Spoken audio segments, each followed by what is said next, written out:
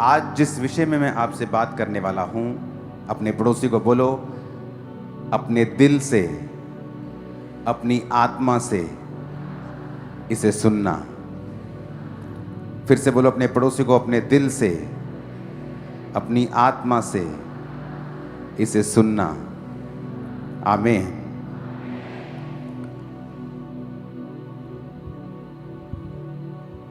इस वचन को जब आप सुन रहे हैं, मैं ये चाहता हूं कि हमें पूरा इसका सिनेरियो मालूम हो कि ये कहां से शुरू हुआ, क्यों हुआ, आज उसकी महत्वता क्या है। क्या ये एक सिंपल रीति रिवाज है जो मुझे करना है क्योंकि आज से कुछ साल पहले ऐसा हुआ था, या मुझे ये क्यों करना है। आज इसका मतलब क्या है जो आप अपने हाथों में खजूरों की डालियों को लेके आए हैं। लूका 19 उसकी 28 से लेके 44 आयत तक हम पढ़ेंगे। जीसस क्राइस्ट के जन्म के 500 के करीब साल पहले एक भविष्यवाणी हुई थी जकरिया 9 उसकी 9 आयत में।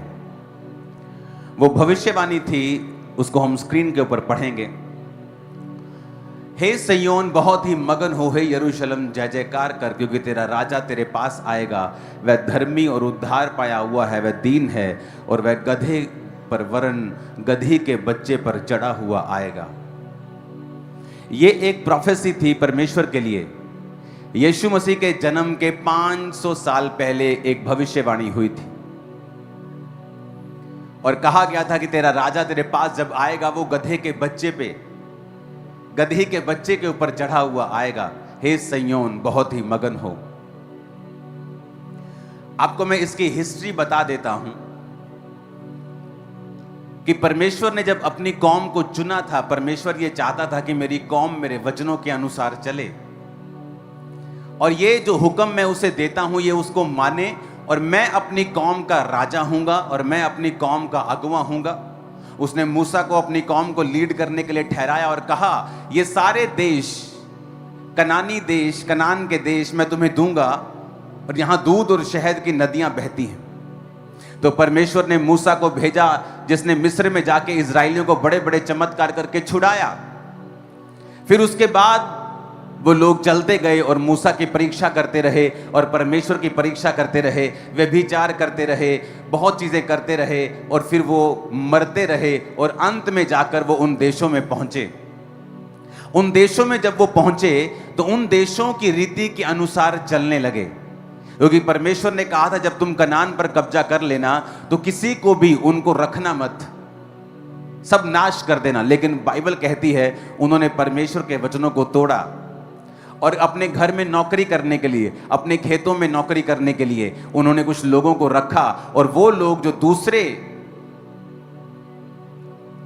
धर्मों को मानते थे वो बीच में रहे। और इजराइल के लोग भी, जब मूसा की पीढ़ी के सब लोग मर मिटे तो वो भी उन लोगों को पूजने लगे जिनको वो पूजते थे, और परमेश्वर ने उनको शत्रुओं के अधीन कर दिया। जब वो शत्रुओं के अधीन होते थे तब न्यायी लोग उठते थे। सैमसन एक न्यायी था, गिदोन एक न्यायी था। तो इस तरह के न्यायी लोग उठते थे और उनकी अगुवाई करते थे। जब न्यायी मर जाता था, इजरायली फिर पाप करने लगते थे, व्यभिचार करने लगते थे, अलग अलग तरह की पूजा करने लगते थे, और परमेश्वर फिर नाराज होता था और उनको शत्रुओं के वश में कर देता था। फिर उन्होंने परमेश्वर से राजा मांगा और परमेश्वर उससे भी नाराज हुए, और प्रभु ने फिर उनको राजा दिया, शाऊल, और फिर उसके बाद दाऊद, जो परमेश्वर की मर्जी के अनुसार चला। लेकिन परमेश्वर उनसे नाराज था क्योंकि परमेश्वर खुद उनका राजा था। इसलिए परमेश्वर ने शमूएल से कहा, उन्होंने राजा मांगकर मुझे तुच्छ समझा है, मुझे निकम्मा समझा है, इसलिए तू उनको राजा दे दे, क्योंकि वो अन्य जातियों के अनुसार चलना चाहते हैं। पर उनको ये बता दे कि वो राजा उनके बच्चों से क्या क्या करवाएगा, वो उनकी जमीनों का टैक्स लेगा, वो सब कुछ उनके साथ करेगा। वो कहते हमें मंजूर है। और तब राजाओं का युग शुरू हुआ। तब पहला राजा शाऊल हुआ, उसके बाद दाऊद हुआ, उसके बाद सुलेमान, उसके बाद राजा लोग बदलते गए। और वचन कहता है राजा लोग परमेश्वर के वचनों की खिलाफत करने लगे और परमेश्वर के वचनों के खिलाफ चलने लगे। तो परमेश्वर ने फिर उनके शत्रुओं को भेजा और वो उन पे कब्जा करने लगे। और फिर राजा जब तौबा करता था, परमेश्वर फिर से उनको ताकत देता था, फिर से वो शत्रुओं से छुड़ाए जाते थे और छुटकारा पाते थे। और ये चलता रहा। वो परमेश्वर के खिलाफ चलते रहे, परमेश्वर उनको माफ करता रहा, कुछ तौबा करते रहे, परमेश्वर फिर उनको रिस्टोर करता रहा। लेकिन एक दिन जब परमेश्वर की अति हो गई, जिस तरह नूह के टाइम पे परमेश्वर ने कहा था अति हो गई, अब मैं सबको नाश कर दूंगा, उस समय अति हुई। और परमेश्वर ने लास्ट राजा को, अगर आप बाइबल की हिस्ट्री पढ़ेंगे यीशु मसीह के जन्म के 600 साल पहले से, तो उन राजाओं को परमेश्वर ने शत्रुओं के हाथ में कर दिया और फिर वो बेबीलोन में उनको लेके गए। फिर दूसरी बार लेके गए और बाइबल कहती है उसके बाद परमेश्वर के भवन को नष्ट कर दिया गया, क्योंकि इजरायली पापी निकले। मैं ये हिस्ट्री क्यों बता रहा हूं, आपको अब समझ आएगा कि क्या पाम संडे के पीछे की क्या स्टोरी है। तो वचन ये कहता है कि जब वो वहां पे पहुंचे बेबीलोन में, तो भविष्यवाणी थी कि बेबीलोन से फिर वो वापस आएंगे, क्योंकि परमेश्वर अपने लोगों की सुधि लेगा जब वो प्रार्थनाएं करेंगे। अपने पड़ोसी को बोलो, जब वो प्रार्थना करेंगे। ऊंची आवाज में बोलो, फिर से कहो अपने पड़ोसी को, जब वो प्रार्थना करेंगे तो परमेश्वर फिर से उनको वापस भेजेगा। और वचन कहता है परमेश्वर ने अपने नबियों को वापस भेजा बेबीलोन से, और उन्होंने परमेश्वर के भवन को जो नष्ट कर दिया गया था दोबारा बनाया। वचन ये भी कहता है कि उसके बाद नेहेमिया, परमेश्वर ने नेहेमिया को फिर से भेजा और उसने भवन के आसपास की यरूशलेम की सब दीवार को बनाया। कितने इस बात को समझ गए हैं? आपको पूरी बाइबल में समझा रहा हूं, जस्ट आपको ताकि समझ आए कि हुआ क्या था। हालेलुया। अब उस घटना के बाद साइरस ने जब यरूशलेम में ज्यूज को भेजा, यीशु मसीह के 300 साल पहले अलेक्जेंडर ने फिर वहां पे राज्य किया। यीशु मसीह के 200 साल के करीब वहां पे सीरियन लोगों ने राज्य किया। यीशु मसीह के 167 साल पहले वहां पे सब कुछ बैन कर दिया गया। यीशु मसीह को मानना, यहोवा को मानना बैन कर दिया गया। यीशु मसीह के जन्म के 165 साल पहले यहूदी लड़े और अपनी इंडिपेंडेंस को वापस लिया। अब यहां से शुरू होती है स्टोरी। यीशु मसीह के 150 साल, 160 साल पहले यहूदी लोग वापस लड़े और उन्होंने अपनी इंडिपेंडेंस को वापस ले लिया। और वहां से हनुका फेस्टिवल जो यहूदी लोग मनाते हैं, उसकी शुरुआत हुई थी। अब जब 100 साल बीत गए और वहां पे यहूदी लोग राज्य कर रहे थे, तो 2 भाई थे वहां पर, और जो वो 2 भाई थे वो यहूदी थे, और उनके बीच में लड़ाई हुई कि अब यहूदियों का राजा जो था वो कौन बनेगा। और दोनों भाई यहूदी, यहोवा को मानने वाले, आपस में लड़ने लगे।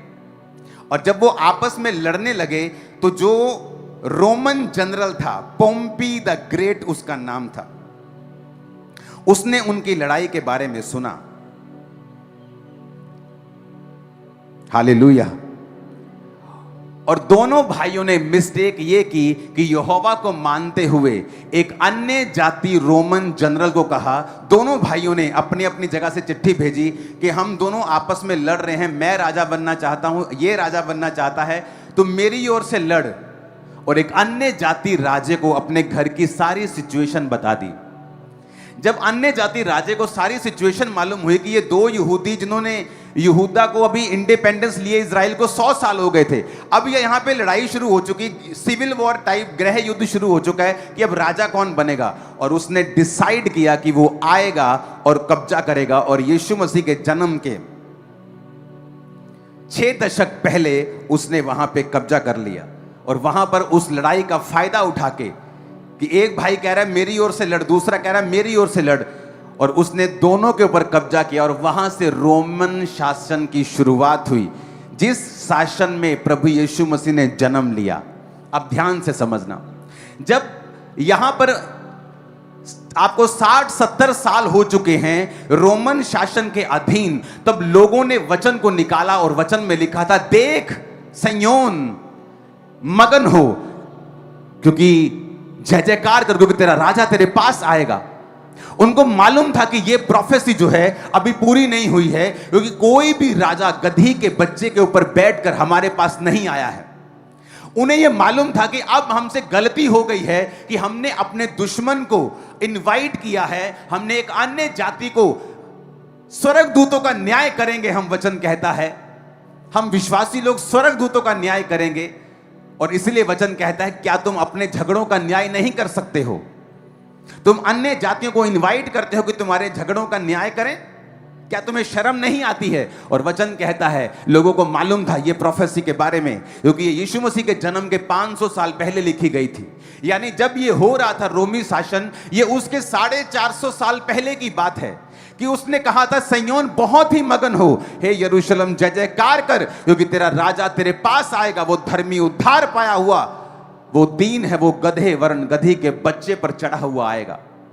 उनको एक आस थी, क्योंकि वो 100 साल की इंडिपेंडेंस जो उन्होंने ली थी, वो 100 साल जो उन्होंने आजादी में जिए थे, अब उनकी गलती की वजह से, उनके पाप की वजह से फिर से रोमी उन पर शासन कर रहे थे, मनमानियां कर रहे थे, मनमाने टैक्स ले रहे थे, मनमानी चीजें उनके साथ कर रहे थे, धार्मिक आजादी वहां पे खत्म हो चुकी थी। तो उनको वो प्रोफेसी याद थी कि प्रोफेसी है कि परमेश्वर अपने राजाओं, अपने राजे को भेजेगा।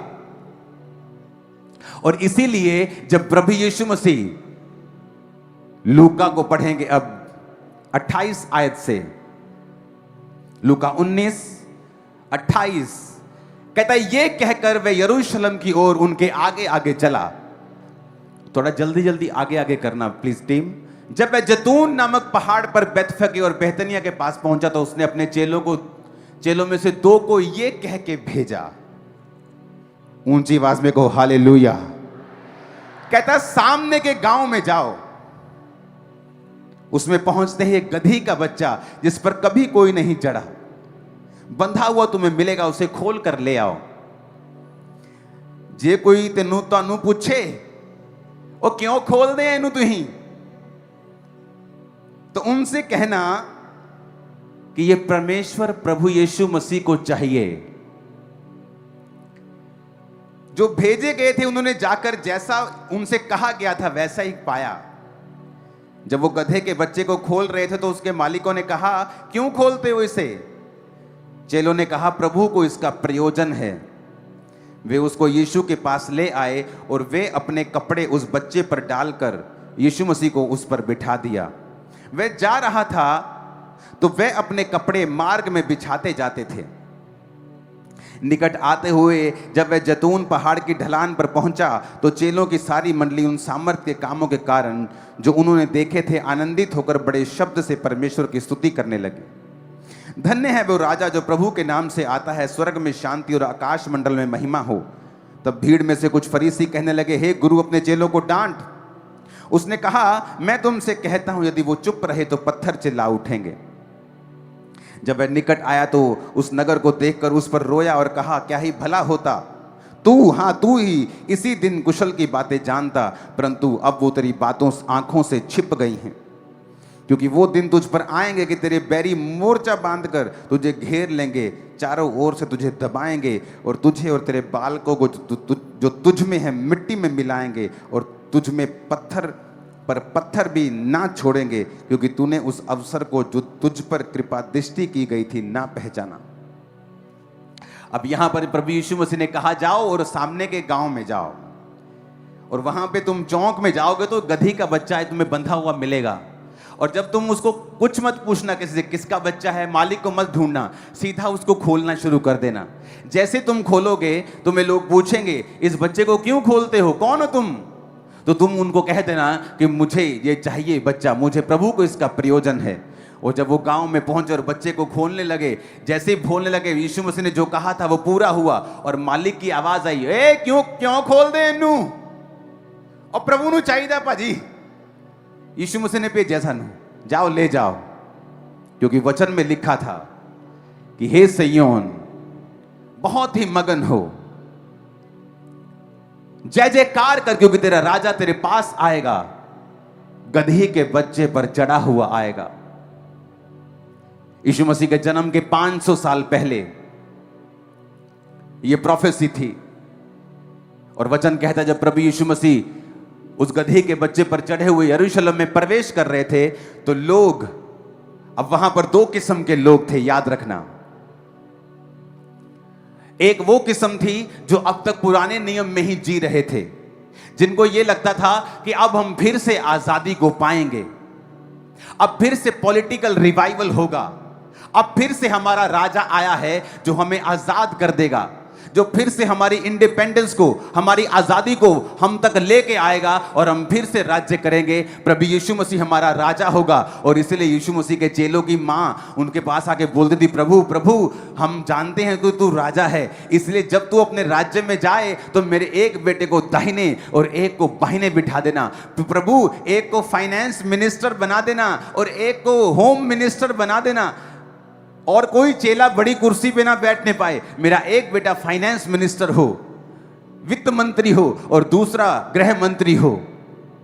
क्योंकि वो लोग अभी भी पुराने नियम में जी रहे थे, क्योंकि वो प्रोफेसी आत्मिक थी जो उनको समझ नहीं आ रही थी कि सिय्योन मगन हो और जय जयकार कर। ये आत्मिक प्रोफेसी थी। और इसीलिए जब प्रभु यीशु मसीह अपने चेलों के साथ और गधी के बच्चे पर बैठे हुए आए, क्योंकि राजा जब शांति का प्रतीक देता था तो वो हमेशा गधे पर आता था, और जब उसने लड़ना होता था वो घोड़े के ऊपर आता था। हमेशा अगर आप देखेंगे तो वो घोड़े के ऊपर आता था। उस समय जो रोमी थे, जब वो उस फेस्टिवल में आते थे, वो पूरी मिलिट्री पावर को लेके आते थे और डेमोन्स्ट्रेट करते थे। जब रोमी उस फेस्टिवल में यरूशलेम में आते थे, राजा लोग आते थे, तो वो पूरी मिलिट्री के साथ धकड़ धकड़ धकड़ धकड़ पूरा डेमोन्स्ट्रेशन करते थे पावर की। जिस तरह आज डेमोन्स्ट्रेशन होती है, मेरे पास ये मिसाइल है, ये परमाणु है, ये, तो वो भी डेमोन्स्ट्रेट करते थे उन दिनों में राजा लोग, कि प्रजा को मालूम हो, इन लोगों को मालूम हो कि हम कितने पावरफुल हैं। और दूसरी तरफ प्रभु यीशु मसीह डेमोन्स्ट्रेट नहीं कर रहे थे, बल्कि गधी के बच्चे पर, कितना साइज होता है, छोटा सा होता है गधी का बच्चा, और उस पर बैठे थे और उस पर आ रहे थे, क्योंकि वो शांति का राजकुमार था, वो शांति का राजा था। वो पॉलिटिकल रिवाइवल करने नहीं आया था, वो सरकार बनाने के लिए नहीं आया था, वो एक आत्मिक राज्य को स्थापित करने के लिए आया था, आपको और मुझको पिता के साथ मिलाने के लिए आया था। वो इसीलिए आया था, और लोगों को समझ नहीं आई, और आधे लोग तो उसको होशैना होशैना कह रहे थे, क्योंकि वो जानते थे कि इसने सामर्थ के काम किए हैं और यह मसीहा है। और आधे लोग होशैना होशैना कह रहे थे, क्योंकि उनको लगता था कि अब ये राजा बन जाएगा, ये भविष्यवाणी पूरी होगी, क्योंकि वचन में लिखा है कि वो राजा गधी के बच्चे पर चढ़ा हुआ आएगा। इसका मतलब यीशु मसीह राजा है और हमें इस हुकूमत से वो आजाद करवाएगा। इसीलिए जब प्रभु यीशु मसीह पकड़े गए, तो वही लोग जो स्वागत कर रहे थे, उनमें आधे लोग कह रहे थे, नहीं, ये वो राजा नहीं हो सकता, क्योंकि अगर ये राजा होता तो इसने अपने आप को कैसे पकड़वा दिया? ये तो लड़ता, इतने सामर्थ्य काम कर सकता है, मुर्दे जिंदा कर सकता है, तो अब सामने जो इसका राजा न्याय कर रहा है उसको हार्ट अटैक क्यों नहीं कर देता? ये अपने आप को क्यों नहीं बचा लेता? अगर ये राजा है तो हमारा राजा सैमसन देखो न्यायी कैसा था, शाऊल दाऊद कैसे राजा थे, कैसे मार देते थे। नहीं, ये हमारा राजा नहीं है। उनको नहीं मालूम था कि प्रभु यीशु मसीह ने कहा था कि मेरा राज्य यहां का नहीं है, मेरा राज्य इस धरती का नहीं है। लोग समझते क्रिश्चियन बड़े बढ़ रहे हैं, अरे इनको रोको, नए नए लॉ बनाओ, कहीं ये हम पर कब्जा ना कर लें। यीशु मसीह इतना छोटा नहीं है कि तुम पे कब्जा करे। जिसने इस पूरी दुनिया को बनाया वो इतना छोटा नहीं है कि 2 एमएलए के लिए वो तुम्हारे साथ लड़ाई करे। वो इतना छोटा नहीं है। तुम्हारी सोच छोटी हो सकती है, यीशु मसीह की सोच छोटी नहीं, उसने दुनिया को बनाया है। ऐसे ग्रह बनाए हैं जो पूरे के पूरे हीरे के हैं। ये मैं नहीं कह रहा हूं, ये साइंस कह रही है। ऐसे ग्रह हैं हमारे प्लेनेट पे जहां हीरो की बारिश होती है, रियल हीरो की बारिश होती है। वो परमेश्वर जिसके लिए हीरे चांदी सोना किणकों के समान है, झाड़ू ऐसे खिलाड़ दो तो कितने खरब के हीरे वहां पे निकल आएंगे। वो परमेश्वर, क्या आपको लगता है कि वो किसी पॉलिटिक्स को करने के लिए दुनिया में आया? क्या आपको लगता है कि वो किसी के धर्म को बदलने के लिए आया, किसी कुछ कुछ खास करने के लिए वो इंडिया में आया? नहीं, ऐसा नहीं है। यीशु मसीह ने कहा मेरा राज्य ऊपर का है। आज से कुछ महीने पहले साइंस ने एक नई डिस्कवरी की। वो जब माउंट एवरेस्ट के ऊपर अपनी डिस्कवरी कर रहे थे और अपनी जांच कर रहे थे, उन्हें सी फॉसिल्स मिले, यानी वो जीवाश्म मिले जो समुद्र में मिलते हैं। बहुत हैरान हुए वैज्ञानिक कि समुद्र में हमें सी फॉसिल्स क्यों मिल रहे हैं, माउंट एवरेस्ट में सी फॉसिल्स क्यों मिल रहे हैं।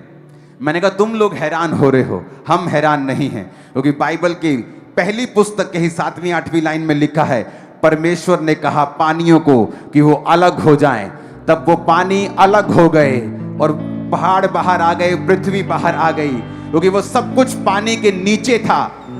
तुम्हें वो जीवाश्म मिलेंगे ही मिलेंगे, क्योंकि ये बाइबल की 8वीं लाइन में ही लिखा है। तुम हैरान हो गए, अभी तो 8वीं लाइन पढ़ी है तुमने, जब पूरी पढ़ लोगे ना यीशु मसीह के चेले बन जाओगे, ये मैं को गारंटी देता हूं।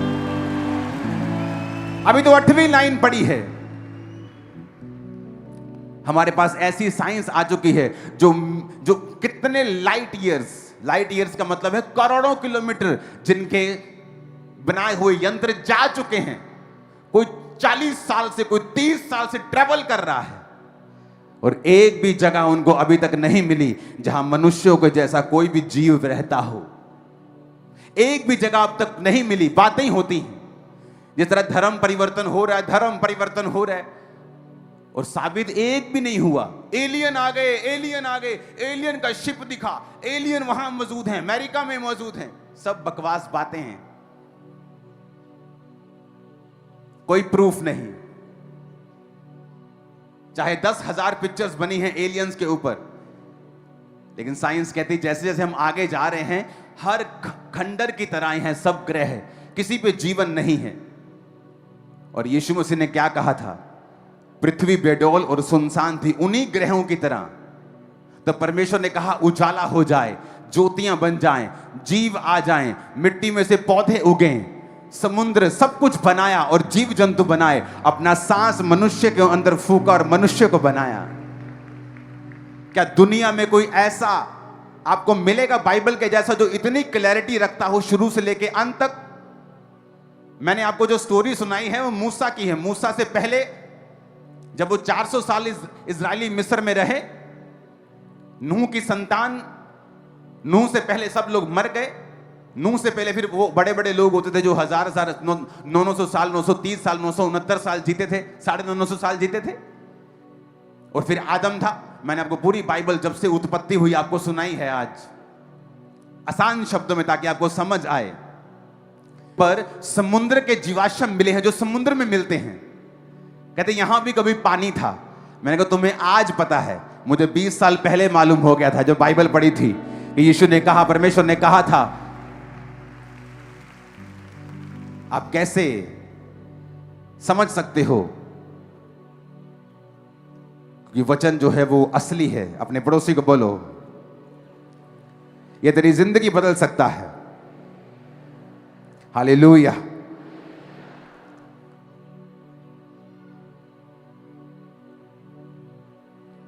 लिखा 7 आयत में, परमेश्वर ने एक अंतर बनाकर नीचे के जल और ऊपर के जल को अलग अलग किया।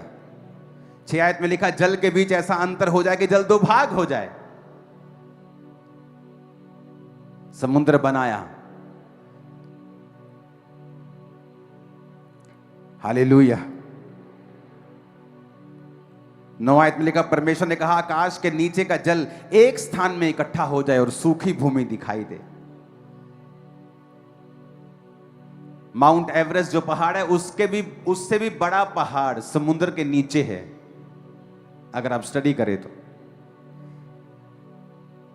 तो वो भी एक दिन पानी के नीचे था। और आज जब वहां पे जीवाश्म मिल रहे हैं, वो कह रहे हैं कि ये कभी पानी के नीचे था। ऊंची आवाज में को हालेलुया। अब वो भविष्यवाणी पूरी हो रही है और सब लोग यीशु मसीह का स्वागत कर रहे हैं खजूरों की डालियों के साथ। क्यों? क्योंकि खजूरों की डालियां वो लोग इस्तेमाल करते थे। उन पर जिन लोगों ने कब्जा किया था वो भी खजूरों की डालियों का इस्तेमाल करते थे अपनी रीति रिवाज में। और जो यहूदी लोग थे वो भी खजूरों की डालियों का इस्तेमाल करते थे अपने अपने फेस्टिवल मनाने के लिए। प्रकाशित वाक्य अगर आप पढ़ेंगे उसकी 7 बाब के 9 आयत में लिखा है, जो स्वर्ग की एक आयत है जो स्वर्ग में होगा। प्रकाशित वाक्य 7 उसकी 9 आयत,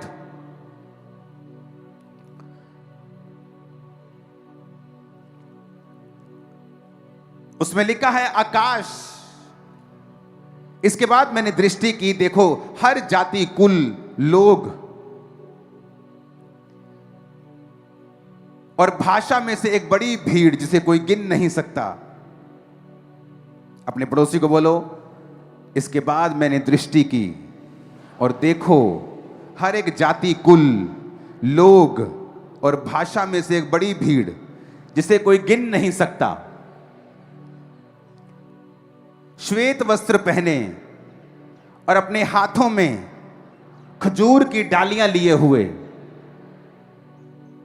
सिंहासन के सामने, मेमने के सामने खड़ी है। स्वर्ग में भी खजूर की डालियां। खजूर का मतलब है एक ऐसा पेड़ जो विषम परिस्थितियों में भी, जो रेत में भी आपको फल दे सकता है और सूखता नहीं है,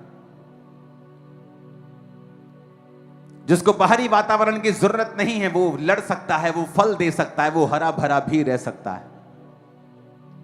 और यीशु मसीह जब आ रहे थे तो लोग कई तो ये सोच रहे थे कि ये हमारा राजा है, ये पॉलिटिकल रिवाइवल ला देगा। और कुछ लोगों को पता था, क्योंकि वो जानते थे कि इसने सामर्थ्य के काम किए हैं, ये परमेश्वर का राजा है, ये परमेश्वर का बेटा है, ये आत्मिक राज्य को स्थापित करने के लिए आया है। नहीं तो ऐसा नहीं हो सकता कि एक बार आपके साथ बड़ी भीड़ हो और दूसरे शुक्रवार ही, अगले शुक्रवार ही वो चिल्ला रही हो आधे लोग कि इसे क्रूज पर चढ़ाओ, क्योंकि उन्हें लगता था कि नहीं, ये फ्रॉड हुआ है हमारे साथ। अगर ये राजा होता तो लड़ा क्यों नहीं? क्योंकि अब यीशु मसीह वो लड़ने के लिए नहीं आए थे, अब वो बचाने के लिए आए थे। जिन लोगों को लगता है कि क्रिश्चियनिटी ये बढ़ रही है, ये लोग हम पे कब्जा कर लेंगे, तो यीशु मसीह इतने छोटे नहीं हैं कि वो इतनी छोटी सोच रखे, ना ही उसके आत्मिक लोग इतनी छोटी सोच रखते हैं। क्योंकि हमारा राज्य यहां का नहीं, यीशु ने कहा मेरा राज्य वहां का है।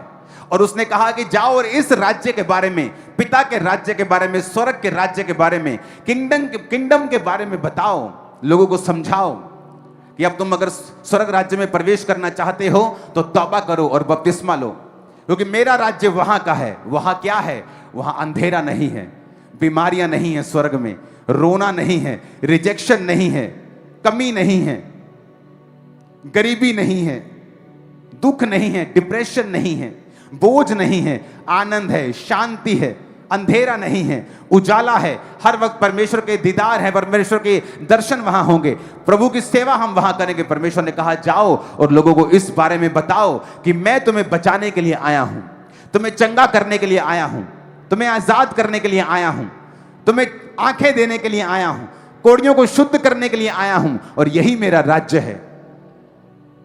कुछ लोगों को निराशा हुई, यहूदा को भी निराशा हुई कि सब कुछ बना बनाया पड़ा है सामने, लोग परमेश्वर के साथ हैं, पैसा परमेश्वर के पास है, पता नहीं ये क्यों नहीं राजा बनना चाहता है, पता नहीं इसको क्या आत्मिक पड़ी है। दाऊद भी तो आत्मिक था, नेहम्याह भी तो आत्मिक था, ये क्यों ऐसी बातें कर रहा है, क्यों नहीं फायदा उठा रहा, क्यों नहीं लोगों की सेंटीमेंट को समझ रहा, क्यों प्रोफेसी की ओर ध्यान नहीं दे रहा कि हमारा राजा गधी के बच्चे में बैठकर आएगा, ये लगता है इसको कुछ करना ही पड़ेगा। और गया और 30 सिक्कों में जाके परमेश्वर को बेच दिया और कहा जिसको मैं चूम लूंगा आकर उसी को पकड़ लेना, क्योंकि वही मसीहा होगा। लेकिन यीशु मसीह एक बड़े मकसद से दुनिया में आए थे। उनका मकसद पॉलिटिकल रिवाइवल करना बिल्कुल नहीं था, उनका मकसद सिर्फ इजराइल को छुड़ाना नहीं था, उसका मकसद मुझे और आपको छुड़ाना था जो इजराइल से दूर रहते हैं। अन्य जातियों तक परमेश्वर की महिमा का सुसमाचार पहुंचे, नहीं तो क्या होता, लोगों को उद्धार सिर्फ यहूदियों को मिलता, अन्य जातियों को उद्धार मिलता ही नहीं। क्योंकि फिर से एक राजा खड़ा होता, फिर से इजराइल स्वतंत्र हो जाता, फिर से वो अपना अपना महिमा करते, प्रभु को मानते, लेकिन अन्य जातियों तक सुसमाचार कभी ना पहुंचता।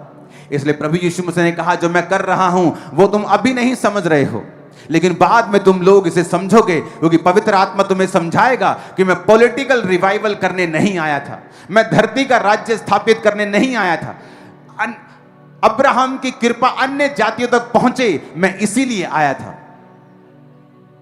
अब्राहम की आशीष अन्य जातियों तक कैसे पहुंचे? वो कृपा जो उस पे हुई वो कैसे ट्रांसफर होगी? क्योंकि वो तो उसी जाति में ट्रांसफर होती जाएगी। क्योंकि जब आज आप और मैं यीशु मसीह को अपना उद्धारकर्ता ग्रहण करते हैं, तो लिखा अब्राहम की आशीष जो प्रभु ने उसको कही थी वो हमारे जीवन में भी आती हैं, क्योंकि हम यीशु की संतान बनते हैं और यीशु मसीह अब्राहम की संतान में से थे। तो यीशु मसीह के दिमाग में एक बड़ा मकसद था, एक बड़ा विजन था, एक बड़ा दर्शन था, जो उस समय के लोग, बुद्धिमान लोग, पॉलिटिकल रिवाइवल सोचने वाले, अपने देश का फायदा सोचने वाले लोग यीशु मसीह को समझ नहीं पाए। वो चाहते थे कि वो पॉलिटिकल हो, वो कुछ रिवाइवल करे, लेकिन यीशु मसीह का मालूम था कि मेरा राज्य यहां का नहीं है, मैं कृपा प्रभु की अन्य जातियों तक पहुंचाना चाहता हूं। आज बहुत कमी है ज्ञान की लोगों के अंदर।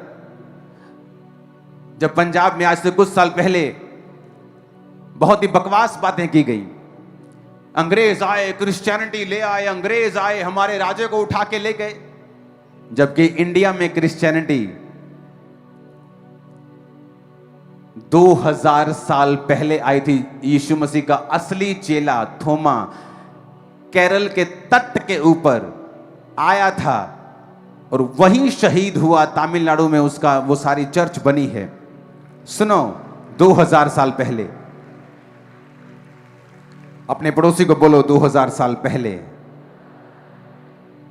और आप हैरान होंगे कि इंग्लैंड में कब क्रिश्चियनिटी आई। अपने पड़ोसी को बोलो कब आई।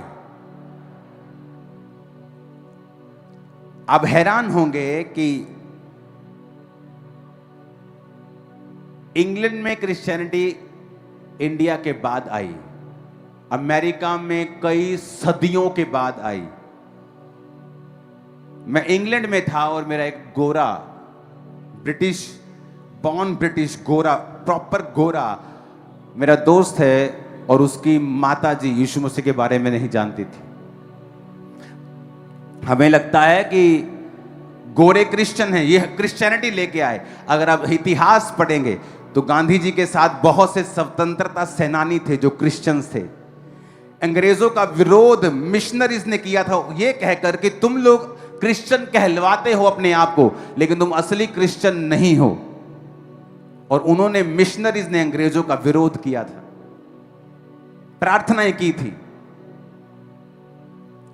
क्रिश्चियनिटी इंडिया में पहली सदी में ही आ गई थी, और वहां से वो तमिलनाडु और केरल और वहां के तट में लोगों ने परमेश्वर को समझा कि प्रभु यीशु मसीह वाकई में उद्धार देने के लिए आए। ये कोई नया धर्म नहीं है, ये परमेश्वर की बात हो रही है। जिस परमेश्वर ने हमें बनाया है, जिसने सारी दुनिया को, यूनिवर्स को बनाया है, उस परमेश्वर की बात हो रही है। आप इमेजिन करो, अमेरिका में कई सदियों के बाद क्रिश्चियनिटी आई, इंग्लैंड में कई सदियों के बाद, जब भारत में आई तो इंग्लैंड में कई सदियों के बाद आई।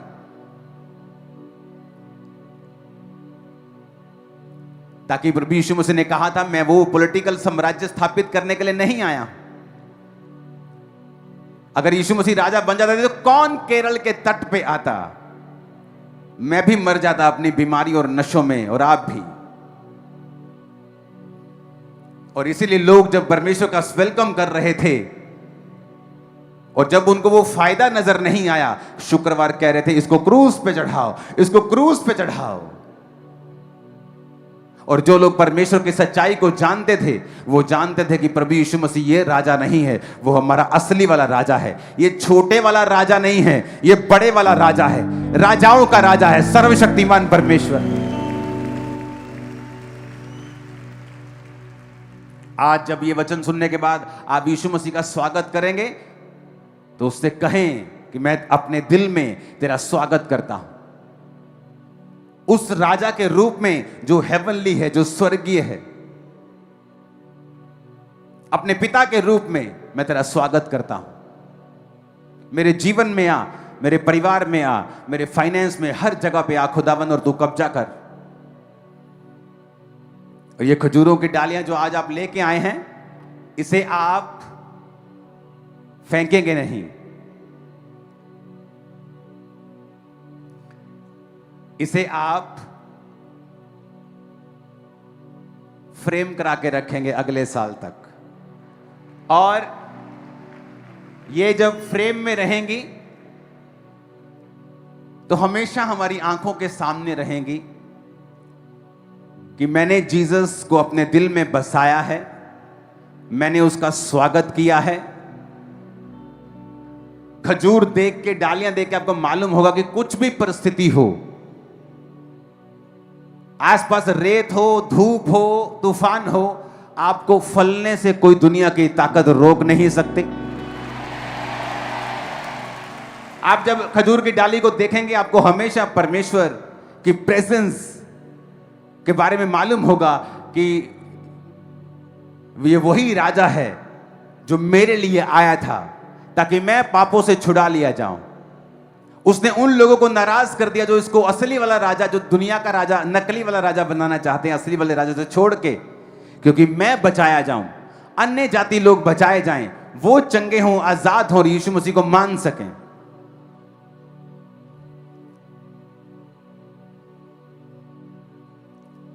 जब आप इस खजूर की डाली को देखेंगे आपके अंदर एक विजन आएगा कि मेरे आसपास कुछ भी चल रहा हो, मैं फलों से भरपूर रहूंगा, हरा भरा रहूंगा, कोई शैतान, कोई बीमारी आपको सुखा ना पाएगी इन जीसस ने। फिर अगला साल आएगा, इसको चेंज कर देंगे, अगले साल वाली डाल देंगे, और ये हमारी आंखों के सामने हमेशा रहेगी कि खजूर की डाली का मतलब क्या है। कि खजूर की डाली का मतलब है फतह वाला जीवन, और ये स्वर्ग के दर्शन को दिखाती है कि स्वर्ग में भी बड़ी भीड़ सब जातियों में से खजूर की डालियां लिए मेमने के सामने और परमेश्वर के सामने खड़ी हैं। ऊंची आवाज में कहो हालेलुया, फिर से कहो हालेलुया। पाम संडे का मैसेज हमें यह भी दिखाता है कि परमेश्वर आपकी एक्सपेक्टेशन के अनुसार कई बार कार्य नहीं करता है। कई बार हमें देखने में, समझने में भूल हो जाती है, क्योंकि प्रोफेसी भी यही कह रही थी कि एक राजा गधी के बच्चे के ऊपर आएगा। 60 साल हो चुके हैं क्योंकि दो भाइयों ने मूर्खता की और अपनी लड़ाई में एक अन्य जाति राजे को सारी इंफॉर्मेशन दे दी कि मैं अपने भाई के खिलाफ लड़ना चाहता हूं, मेरी हेल्प कर, मुझे राजा बना, फिर मैं तेरे साथ व्यापार करूंगा, संधि करूंगा, तुझे इतने करोड़ रुपए दे दूंगा। और अब दोनों पछता रहे थे और कई दशकों से रोमन अंपायर के नीचे थे। अब उस बात को बीते हुए 9 दशक हो चुके, 90 साल हो चुके हैं, और अब लोगों के अंदर एक एक्सपेक्टेशन है कि अब 100 साल के करीब हो चुके हैं, हमारा राजा आ गया है, हमें वो छुड़ाएगा। लेकिन जब मालूम होता है कि ये राजा वो वाला नहीं है, निराश हो गए, गधे से क्रूज पे चढ़ाओ। अच्छा चर्च में जाएंगे, अच्छा कारोबार मिलेगा, 3 लाख मिलेगा, 20 लाख मिलेगा, अच्छा चर्च में तो कुछ मिल नहीं रहा। एक्सपेक्टेशन। अभी तक चंगे नहीं हुए हम, अभी तक तो परमेश्वर ने काम नहीं किया, क्योंकि कई बार आप अपनी बुद्धि से, अपनी टाइमलाइन के हिसाब से करते हैं, और परमेश्वर की जो टाइमलाइन है वो बड़ी अजीब है, बड़ी बड़ी शानदार है, और कई बार ह्यूमन अंडरस्टैंडिंग में नहीं आती है।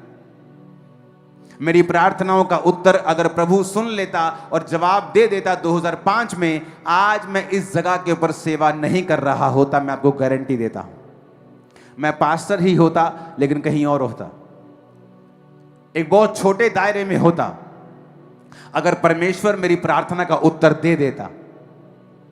और अगर मैं परमेश्वर की आवाज ना सुनता और यह सोचता कि परमेश्वर देरी कर रहा है, परमेश्वर लेट कर रहा है, अब उसको मेरा यह काम कर देना चाहिए, जिस तरह उन लोगों ने एक्सपेक्टेशन रखी कि अब यरूशलेम में हो गया, बाले बले बले बले बले, वो सारे परमेश्वर के पीछे वो तेरी दी, वो बड़ी बड़ी भीड़, आज रात को अनाउंस हो जाएगा यीशु मसीह हमारा राजा, मुझे ऐसा लगता है।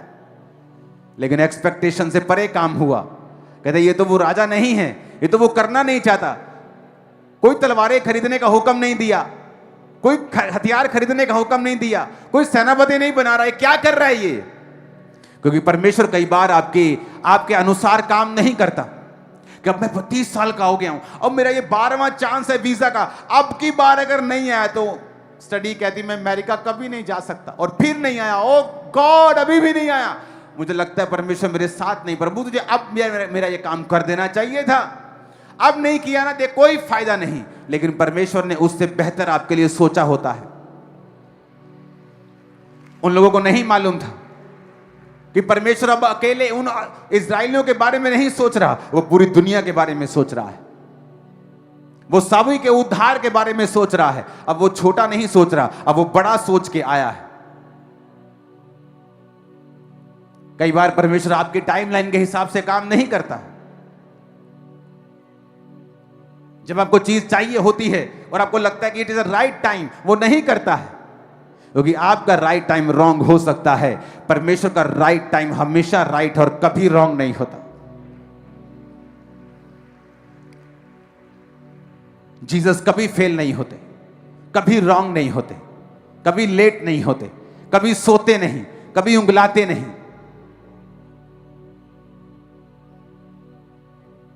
इसलिए एलिय्याह ने कहा था अपने परमेश्वर को पुकारो, शायद वो सो रहा होगा, लेकिन मेरा परमेश्वर सोता नहीं है, वो उंगलाता नहीं। उसको मालूम है आपकी लाइफ के टाइमलाइन के बारे में, कब क्या आपको देना है, बशर्ते कि आप लोग उस टाइमलाइन के हिसाब में, परमेश्वर के हिसाब में, बिना पाप के और पवित्रताई में और परमेश्वर को पुकारते हुए विश्वास में अपना जीवन बिता रहे हो, देन नथिंग इज लेट। कुछ भी फिर लेट नहीं है। अगर आप प्रभु की टाइमलाइन के हिसाब से चल रहे हैं, क्योंकि आप प्रार्थना में हैं, पवित्रताई में हैं, तो कुछ भी लेट नहीं है। Everything is on time. आपको नजर आएगा, आपको दिखेगा, आपको मिलेगा, आप वही करोगे, समय आएगा यीशु मसीह के नाम में।